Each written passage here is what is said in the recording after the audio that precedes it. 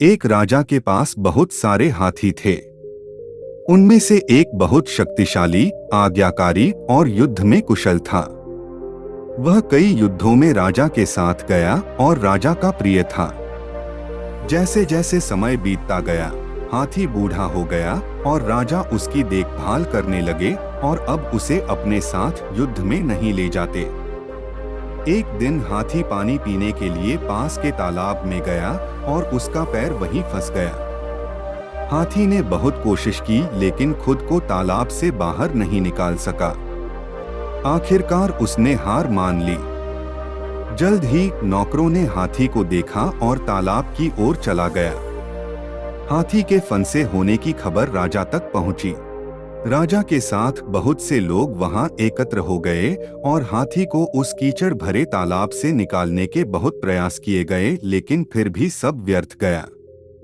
उसी समय गौतम बुद्ध उस स्थान से गुजर रहे थे। लोग उनके पास गए और मदद मांगी। गौतम बुद्ध ने हाथी के बारे में पूछताछ की और फिर घटनास्थल का निरीक्षण किया। फिर उसने राजा से कहा, हाथी के चारों ओर युद्ध के नगाड़े बजाए जाने चाहिए। राजा ने अपने सेवकों से ढोल लाने को कहा और जल्द ही युद्ध के नगाड़ों की आवाज ने हाथी को घेर लिया और इसके साथ ही हाथी की अभिव्यक्ति में बदलाव आ गया।